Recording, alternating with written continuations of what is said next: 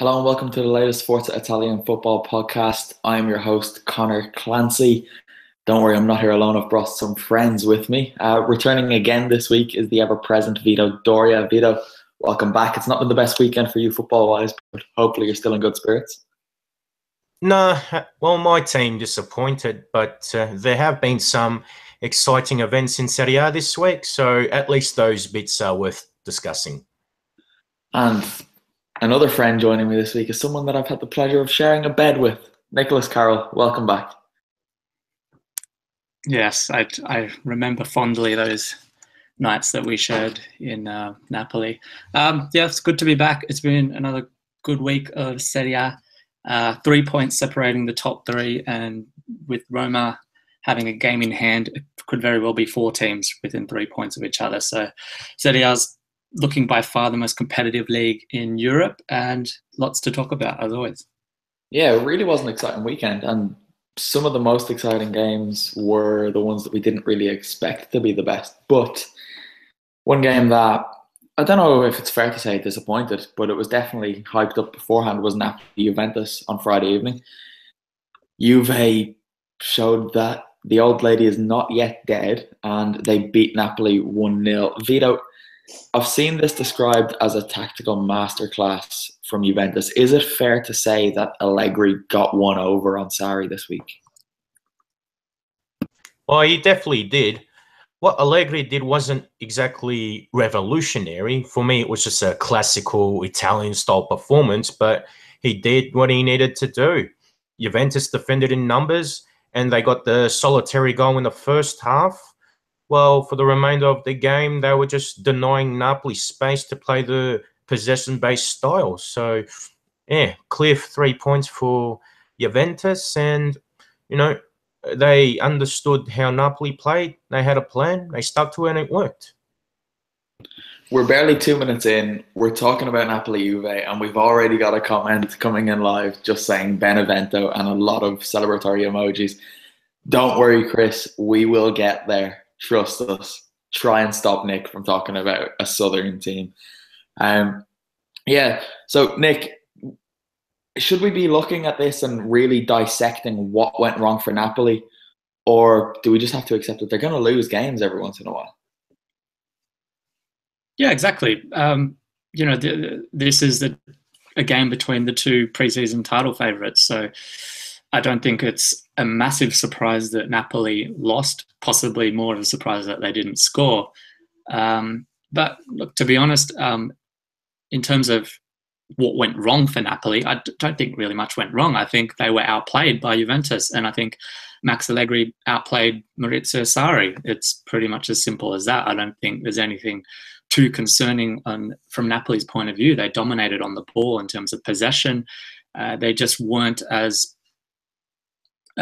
effective in attack, and credit to Juve, they was very tight in defense, and as Vito said, allowed them very little space in attack. And I guess if there's one disappointment from my point of view, it's that maybe Napoli they don't have any fear now against the likes of Juve. But for me, I think maybe they still do, and it's normal for teams to fear Juventus because they're 6 times consecutive champions. But I think they could have taken on that defense still.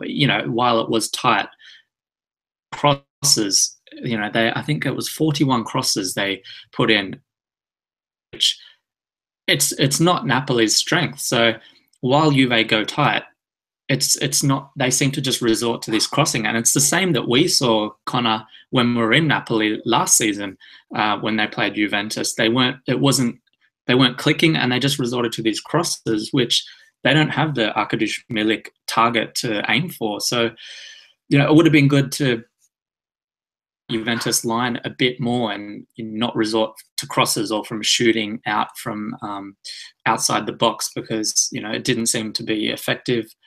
And we know Juventus defense isn't as strong as last season, so I would have liked to see them with a bit more confidence in that final third. Yeah, I think the confidence thing that you touched on with your last point there is key, because one thing that really stood out for me is how slowly Napoli were moving the ball around when they got into an attacking position. How often have we seen them just pop passes, one touch, two touch, moving it on. But it seemed every time they actually looked to break down Juve's defence, they were looking for that hole with every single pass, rather than just moving it from one to another and letting the hole kind of show itself. And yeah, exactly as you said, they were crossing the ball a ridiculous number of times when they had kind of diverted to their plan B without the person that plan is revolving around. They were crossing into Dries Mertens, who's going up against, was it Mehdi Benatia and Giorgio Chiellini? And Mertens is a dwarf in comparison. You know, he's never going to win headers against those guys. And I do feel like Napoli just kind of, I don't know if panicked is the right word, but it seemed like in attack anyway, they froze a little bit against Juve, which, Vito, Nick, did you want to cut in there? No? Okay. Vito, do you think this is kind of worrying for Napoli in that other teams will see that if we just not so much park the bus, but set up a couple of banks of defence there, they might not be able to break it down? I reckon a lot of teams will take a look at that and they will see that Napoli, especially with such a short forward line, they can be broken down. And when they're forced to put in those crosses, because they lack someone like Arek Milik, it's going to be problematic for the Neapolitan side. They do have a great system, Napoli, when they do play the best football, and it is usually a high-tempo style. But in saying that, as good as their system is, sometimes that's where you need a little bit of individual brilliance. Juventus made Napoli's play look too predictable, and I reckon at times there probably should have been some moments where Insigne could have tried to dribble past a few plays instead of look for the pass. Maybe Mertens drop deeper, even go for his own dribble, although he was against some taller opponents. But sometimes when you just try to pass all the time, the opposition's just going to work you out. So that's where, as good as systems can be, you still need the talented individuals to produce that moment of magic, produce that X factor, do something out of nothing. And unfortunately, although Insigne had some good shots, Buffon was able to deal with them very easily. Yeah, I thought Insigne kind of was extremely guilty and very wasteful. I was disappointed with him. I think I tweeted that he reverted to his post-Sarri self and that he was just shooting from range when you're not going to beat Gianluigi Buffon with those kind of shots from range. But we have a listener and viewer from Italy, which I think is a big compliment, really. Go listen to some Italian people speak about Italian football. But Nick, he says that the Juventus match was perfect. Did Juve just absolutely smash this one out of the park? Was their system completely flawless, or was it a combination of Napoli missing their chances? Well, that's the thing. I think what we're saying about Napoli is we would have liked to see them at least try a little more, but that shouldn't take away anything from Juventus. As I said, Juventus outplayed Napoli. Ifs or buts about that, and they were, they went in there with the perfect match plan against Napoli, and Napoli weren't able to. Sarri wasn't able to be flexible with his game plan and try and counter it. So, they were just too good. And all credit to Juve's defense and to their being clinical in attack. They didn't have a lot of time in the attacking third, but got the goal and that was it. We're getting a lot of love in the comments. Fuck you, stupid boys. Stupid. Thank you. I don't know who that person supports, but we're getting dogs abuse at the moment. It's good to hear. Vito, Marek Hamšík, we've seen that he's not been quite able to finish out games a lot of the time this season. Should it be a case that rather than expecting him to play 65, 70 minutes in every game, he should pick and choose what games that he plays in? He's been taken off more times than any other player in Serie A this season. I think it's 11 or 12. So should Sarri just rest him in other games and so he can finish out? Because he did look tired towards the end of this Juventus game, but he was kept on because Napoli were trailing and they needed him on the pitch. Well, Hamsik, I reckon, does need to rest in some games, probably against, with all due respect, so-called small opponents or weaker opponents.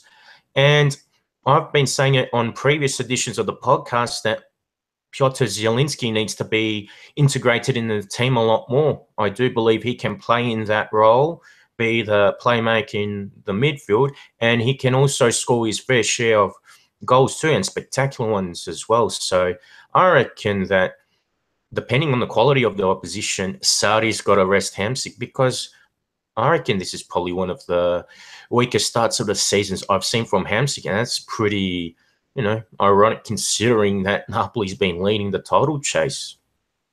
Yeah, there was all the hype around him as well, with him chasing Diego Maradona's record this season, and that just seems to be still hanging over his head. He's had a disappointing start to the campaign, but hopefully if he does get some rest, he can find his best form again. Nick, you mentioned their crossing game not quite working. There was a comment that said that they were forced into that crossing game, but in the absence of Milik, do they need someone else who can come in and play that role of the tall guy? Should they sign another striker? It's hard to say. It's their attacking triad. Let's say it's somewhat unique in that there's not a lot of strikers that could come in there and fit comfortably and play comfortably with those around them. So it is a tough one, and possibly that's illustrates some of the fragility of Sarri's squad or strategy, that take Mertens out and it's a hard kind of role to replace. So off the top of my head, I couldn't even think of someone who could slot in there that easily. And maybe it is a matter of while Milik, obviously injuries haven't helped, but a matter of trying to play that different game a bit more, bring in that more into their game so they get used to that and they can be more effective if they do need to resort to crossing or to another style of play. But sorry, Connor, I just wanted to go back to Hamsik, because I might have to strongly disagree with you guys. I'm not sure whether is it just a matter of him not scoring, or what the thing is. Like, while he isn't in terms of goal scoring form as strong as he was in previous season, I think he's just so important in that midfield that you look at Napoli's attack, 47% third, and while we talk about Insigne and we talk about Goulam before he was injured, Hamsik is the one that connects the dots there. He's the one that to the attack, and he's consistently one of the top passers in the midfield. He's consistently over 90% passing rate. He is so important to that engine. And while he only plays 70 minutes, I think he's, in that, yes, he can possibly be rested every now and then. I think that would be in everyone's benefit, but I think he's just so important still. And the goal scoring aspect is just one element that I think is not even his most important part for that team. So Hamsik, Nick, I'm obviously a big fan of his. No, that's where the question was coming from. Because of his importance, is the fact that he's playing 60 minutes every week detrimental to his impact on the team, where he doesn't need to play against the weaker teams? Let's be honest, they've got Zielinski, Rog, players who can fill in there, and then he won't be as tired when the big games against Juventus and that come around, because he was tired, and it'll be interesting to see if he plays in the Champions League this coming week. But yeah, no, his importance is indisputable, really, which is where the question originally came from. But would your comment in that it's been one of his most disappointing starts to the season? Other than the goals, I can't see why that might be. But he looks lethargic in comparison to other seasons. That's why I made the comment, Nick. He does have a good passing rate, and he does have that presence because of his experience and quality. But in other seasons, I've seen Hamsik tend to cover more ground. He looked faster. He dribbled a bit more, whereas I think now he's just relying on his passing, and probably even the top of passes he's playing, they're probably not as imaginative or as visionary as I like. So I reckon, I probably expected a bit more. Vito, you're just cutting off a little bit there, so I might just throw it back to Nick as we move on. Quite appropriate, really, because the new league leaders are Inter, and they smashed. I have Cagliari down here, but it was Chievo they smashed 5-0. Nick, Inter are in the title race, and it is time you accept that. Okay, you ready for this, Connor? It's in Australia, it's the 5th of December. Work away. Mark this down. Quote me. I'm ready to announce that Inter are in the race. Connor, they are not in the title race. Hang on. I'm sorry. Right. Okay, you can think that they're not going to win the league, but by being top of the table, they literally are in the title race. Yes, now, but they're not going. They're not going to win, is what I guess. They're not. I don't like this whole. We seem to forget so easily that Inter were top at Christmas, 2 seasons ago, and look where they finished that season. And while it's easy to get excited over a 5-0 victory, I'm sure you remember the 7-1 win that we had over Atalanta last season, Connor, and then. I just thought I'd bring that one up, but we all know what happened after that. Inter just nosedived. But the Inter up there, they're absolutely been incredible.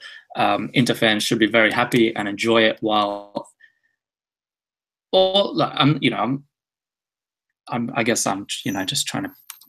But the fact is that when you compare them to Juventus or even Napoli in a lot of ways, I don't believe that they deserve to be the same light as Juventus in terms of being a title favourite. So, all right, can I just cut off? And I'm going to have a question. Why don't they deserve that? Because they have outperformed Juventus this season. Because I don't think Juventus are near their best. I barely think they've gotten into second gear. I think it's fair to while obviously they've lost games, they've dropped points to Juventus, but let's be honest, they're nowhere near can be. They've still got Diego Costa, Bernardeschi, Matuidi growing into their team. They've got so much improvement. When I look at Inter, and you could even say the same about Napoli, their early season form, can you really see them being much better than where they are? So that's, in my eyes, Juventus still deservedly are the title favourites. So not to say that no one else has a chance. I just think that Juventus they're just a better team. Oh, Juventus are always going to be the team to beat until someone else has put together a couple of Serie A titles in a row. But Inter are a good side. Luciano Spalletti is a great coach. We spoke about them before the season began and said, title this season? No, but the following season. And is it not at all possible that he could just be a little bit ahead of schedule? He's got the defence organised, and I don't know if it's a cliche or what, but the defence wins titles. They don't look like they're going to concede too many goals. And with Mauro Icardi and Ivan Perisic in attack, they're going to score a bucket load. Yeah, I agree. Look, they are well ahead of schedule. I'm agreeing with you. And all I guess I'm trying to say is, look, the title can't even be in their minds. It needs to remain Champions League qualification, and that's it.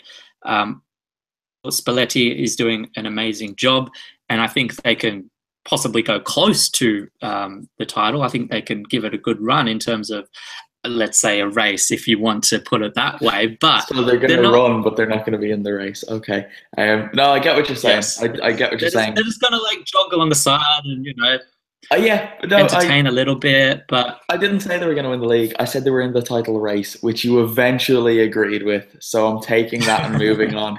Ivan Perisic scored a hat-trick. Vito, we often talk about Mauro Icardi's importance to Inter, and rightly so, but just how good is Perisic?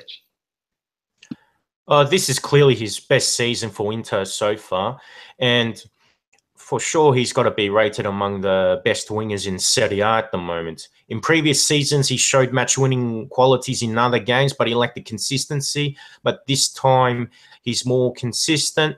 And on the weekend, we saw Perisic that was really dominant from start to finish. So for Perisic to score goals like he does, it takes pressure off Icardi, and it also provides Inter with another scoring outlet, which I'm sure Spalletti and the Nerazzurri fans will be very happy with.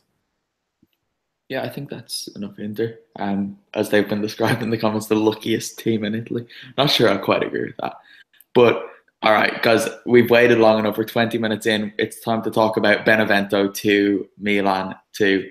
And I am pissed off with myself because all week I was saying I'm going to put money on Benevento to draw or win because Gattuso's not going to do the business at Milan. And I was happy. Did you? Yeah, I did. I was happy that I didn't put money on it until the 94th, 95th minute when Brignoli popped up, the Bergamo native popped up and scored a diving header, the goalkeeper with a diving header to equalise against AC Milan to give Benevento their first ever Serie A point. Nick, take it away.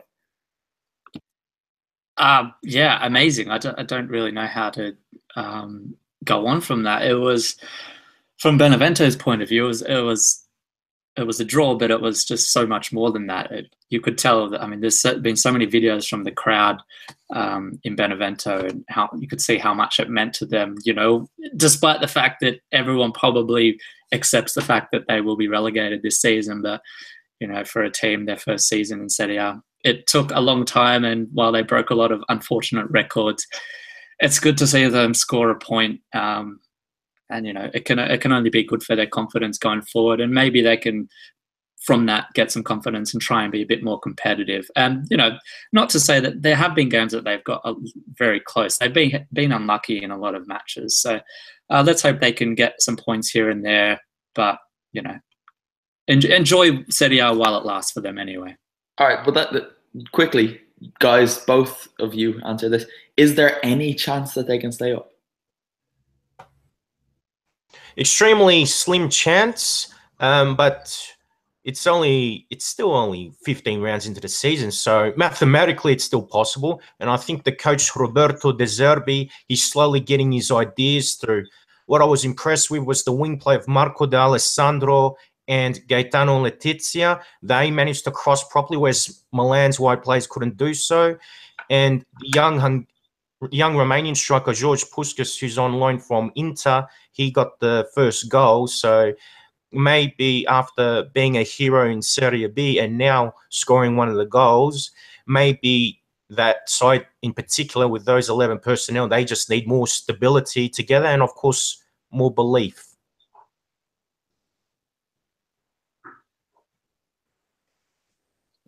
Vito, what do you reckon, Nick? Go ahead, Nick. Take it over. Yeah, I mean, I'll just echo Vito's thoughts there. I don't think there's really much to add there. I can't see them surviving, but you know, I'll be supporting them every step of the way. And if they're just a slight chance, I'll do what I can from down under to get them to get another campaign to keep the Southerners up in Serie A. Well, as we've had in the comments and as we've said on the podcast already this season, if they do get relegated, hopefully they can be replaced by another even more southern team in Bari, which would be nice to see them back in Serie A. Vito, I doubt you predicted quite this for Alberto Brignoli, but I think you wrote about him before, did you? Actually, as far back as April 2013, when I started writing for Forza Italian Football as the Sampdoria correspondent. Sampdoria were linked with a few young goalkeepers because the current Manchester United goalkeeper, Sergio Romero, was at Sampdoria. So back then, Brignoli was at Ternana, and he eventually ended up at Sampdoria in one of those deals with Juventus. Didn't fare too well back in 2016, conceded 5 goals against the Bianconeri. But yeah, not in a million years would I have predicted an outcome like this. I mean, this is just something out of the ordinary. And for anyone to predict that Brignoli or any goalkeeper in general to score with a header like that, I mean, that's one of the reasons why we love Serie A. So even though it doesn't have the same appeal as the 1980s and 1990s, there are still great moments worth checking out. And something like that was just, you really had to see it to believe it because it was simply unbelievable. the celebrations were the best bit. There were players on the pitch. The game was still going on, and the whole staff, coaching staff, playing staff, were all on the pitch, and they still had a minute to go. And let's be honest, we've seen Benevento throw away positions like this in the last few seconds before. So when that was happening, I was thinking, no, guys, come on. We've seen this. But I'm just thinking, right? Brignoli is from Bergamo, the province of Bergamo. He played for Tonana. I wonder if he's an Atalanta fan. So if he is, he enjoyed that goal against Milan all the more. But Benevento for survival, we want them to stay up. They can stay up. We backed Crotone last year when it looked impossible, and they did it. But on the other side of this game, Nick, Milan are just comical. Where do we even start with them? Are we even going to bother going through the same things this week? Well, yeah, I don't want to, be too harsh on certain fans, but I guess it's a matter of be careful what you wish for, because one game in and it's not great, is it? But look, and I don't want to be harsh on Gennaro Gattuso, because while I think he is the wrong person to take charge, you can't put this result on him. He's been there for less than a week.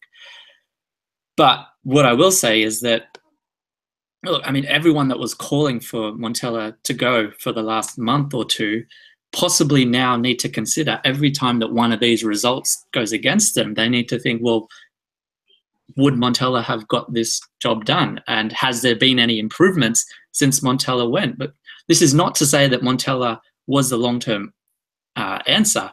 This is simply asking the question, in the short term, was it a step backwards or forwards to change the coach at this point of the season? And in my opinion, it's a step backwards. And the Benevento result is a perfect indication of that, because, of course, a new coach comes in, he needs time to install his way of playing, and it's going to affect the team negatively. And we saw that. Would Montella's AC Milan have beaten Benevento? In my opinion, yes. But we'll never know. That's open to interpretation. I guess we just have to wait and see how it pans out for the whole season. I'm probably going to do a video on YouTube about AC Milan and the coaching change, so look out for that. I'll go into a bit more detail, but I'm just, what can you say? I will give you some good stats, but Connor, just to show an example of how much this kind of change affects a team. One area that Milan have been good this season is they don't concede many shots. Only Juventus and Napoli concede less shots per match. However, against Benevento produced 17 shots on the weekend. Connor, what do you think is the most that AC Milan have conceded this season? The most shots they've conceded in one game? Yes. Before the 17? Yes. 6. No, well, 16, but it was against Napoli. So Benevento produced more shots against Milan, or Gennaro Gattuso's Milan, than any other team did against Montella's Milan. And that's, again, it's not saying anything about Gattuso. He's just been installed, but it shows you how big of an impact this has during a season. And, a lot of people would say that Milan's biggest area that they need to fix is actually in their attack. And when you've got Montella, who's, a well-accomplished former striker, compared to Gattuso, who's a kind of hard, physical ex-midfielder, it's interesting to replace one with the other and how he's going to fix their issues. So, time will tell, but AC Milan fans, I think they might have some more results like this to come. It is a strange one, because Gattuso came in and he kind of admitted that he doesn't know how to coach an attack. But the one thing that he could guarantee is that he would get the defence in order. And if you look at one of the most remarkable things about his coaching career so far is that last season he was in charge of Pisa, who finished bottom of Serie B. They finished bottom with the second best defensive record in the whole league, only behind Spal, who finished top. So that would suggest he will sort out the defence, but they just looked toothless in attack as well. It took two crosses, but Frank Cassi and Giacomo Bonaventura did very well with those crosses to find the targets for the goals. But yeah, it doesn't look good for Milan, because say what you like about Montella and his failings there, but he is an actually competent enough coach. Gattuso has proven already that he isn't. He's not good enough. So I don't even think he was doing too well with the Primavera side. Anyway, Vito, they've had all these changes. One thing that was said about Montella is that they had regressed from this point last season, but have they taken 2 or 3 steps back from there now by appointing Gattuso? Yeah, I honestly think so, because they're only really employing Gattuso more for the sake of employing someone who's already at the club. He's not really someone who can build something for the long term. Montella obviously had his flaws, and I wasn't overly impressed with his methods. I think his style's still more suited to Spanish football than Italian football. But in hindsight, already it looks like it's better that they would have been able to keep Montella until the end of the season. Then if they wanted Ancelotti or Conte, then probably look for someone a bit better. But Gattuso, he's charismatic. He can motivate the players, but tactically, he's already shown some flaws. And yeah, it's very hard to predict how Gattuso can really improve this team, especially offensively. Yeah, it does very much seem like he was just brought in to shout a lot and scare the players into upping their performance a bit. That's enough of that. What I thought was the best game in Serie A this weekend anyway was Sampdoria-Lazio, which even at half-time, it was probably the game of the weekend and there hadn't been a goal scored. Samp went 1-0 up through Duvan Zapata with a very well-worked goal. Lucas Torreira, again, played a brilliant ball to Quagliarella, who knocked it down from. But then Sergej Milinkovic-Savic showed up with about 10 minutes to go and just turned things around. But, Vito, it was probably just about a fair result in the end, wasn't it? I don't know about that. Obviously, as a Sampdoria fan, I feel disappointed with the loss. But I reckon Sampdoria were wasteful with their chances, because Zapata probably should have scored more than the 1 goal he did. Gaston Ramirez probably should have scored 1 or 2 himself. And just with the Lazio goals, especially with the winner, I thought Emiliano Viviano, the goalkeeper, could have done a lot better. So it came to a point where the problem wasn't with the coaching. I thought Simone Inzaghi and Marco Giampaolo did what they could as coaches, and both of them set up their teams very well. It was just a matter of the individual performances that were the key. And in this instance, it was Sergej Milinkovic-Savic that really made the difference for both teams. I mean, scoring the equaliser and then playing a huge part in the winning goal. It goes to show that he's really a midfielder worth keeping an eye out for. Yeah, well, stick with Samp with you, Vito, if you don't mind. Zapata has scored 6 goals in Serie A now this season, which is a decent return for a striker who kind of was struggling to find someone to take him really over the summer. But has he found his best form again in Genoa, and can he do something with his career? What is the bar for him? I really think so. I really believe that now he's a more complete striker than what he looked at Napoli and at Udinese. I felt that in previous seasons he looked rather one-dimensional and was just a target man, but he covers a lot more ground now, and he's a tall player, but he looks a bit more agile than he has in previous seasons. So I reckon that this season will really be his breakthrough year, and with the scoring record he's got now, it's looking good so far, but I think he's got what it takes to sort of build upon that. So to be a 10 to 15 goal striker, maybe a bit more than that, I think he has the capability to do so.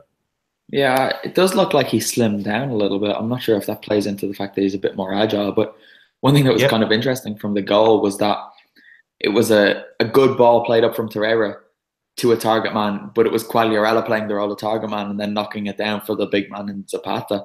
Nick, Lazio, we've praised them a lot for how much of a team they are. And I was just looking at some stats because I knew you were coming on this week. And one thing I noticed is that Ciro Immobile is responsible for, it was 45% of their goals before the weekend. It's dropped down to 43 or 42% now. But is that a concern for them? Because I know they eventually got the win in the end, but it did look like they were going to come up just a little bit short. Have they become a bit too reliant on Immobile to bail them out of these struggles? I think they're no more reliant on Immobile than Inter is on Icardi, who has scored 48% of their goals. So I think if you're confident enough to put Inter up there as title contenders, then I think Lazio are fine with Immobile scoring their goals. Okay, right, just shut me down. But I think we have agreed that Inter's reliance on Icardi is cause for concern, despite him being one of, if not the best number 9 in the world. Ciro Immobile isn't that. He's probably not even the best in Italy. So do you not see that it could potentially be a problem for them if he's not scoring? Say he gets injured, what happens then? Yeah, I mean, it's a problem for many teams. What if Paulo Dybala gets injured? What if Dries Mertens gets injured? Then there's problems. But with all due respect to Immobile, what I would say is, I think he would be more replaceable than the likes of an Icardi or a Mertens.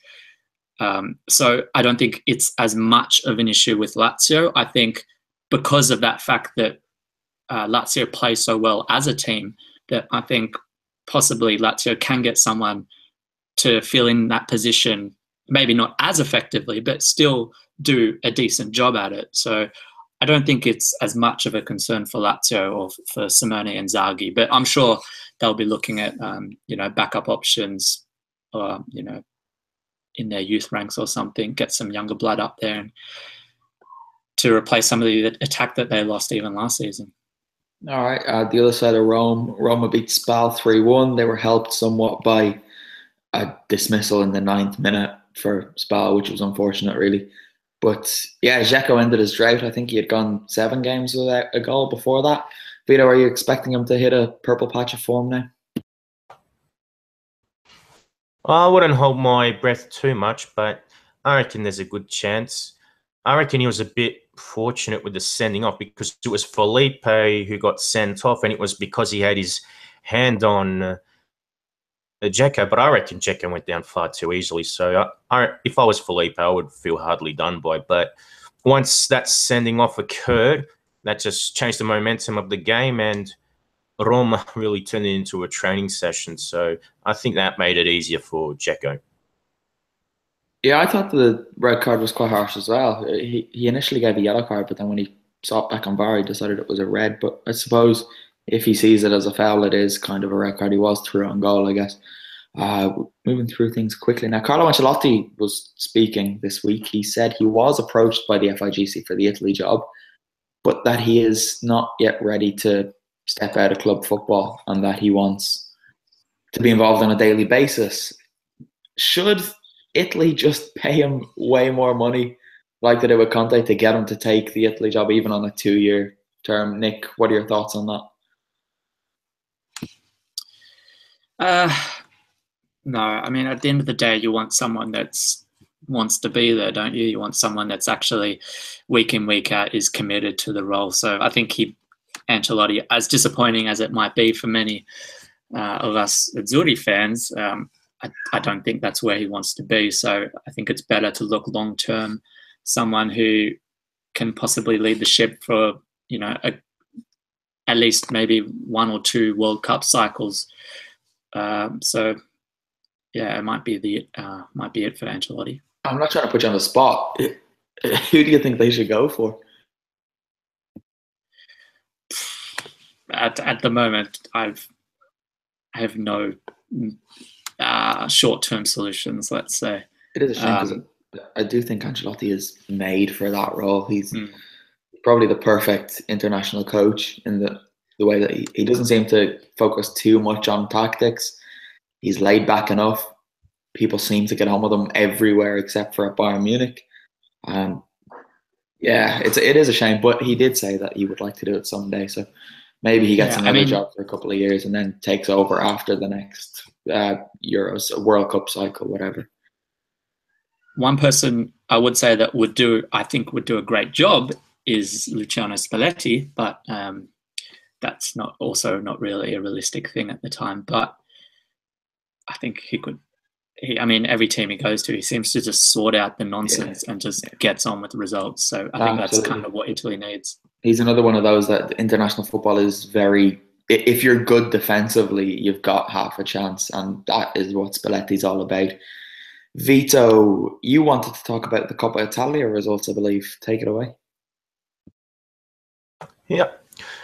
Well, it was an interesting round of Coppa Italia football. Usually, not many people really take too much interest in it because teams, they put out second-string squads and all that. But there was still some very fascinating results.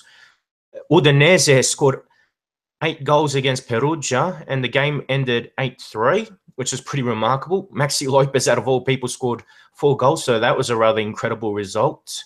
And surprisingly, that was not the highest scoring game in Coppa Italia history. Apparently, Alessandria won 17-2 against Bologna back in 1927. So I found that really staggering.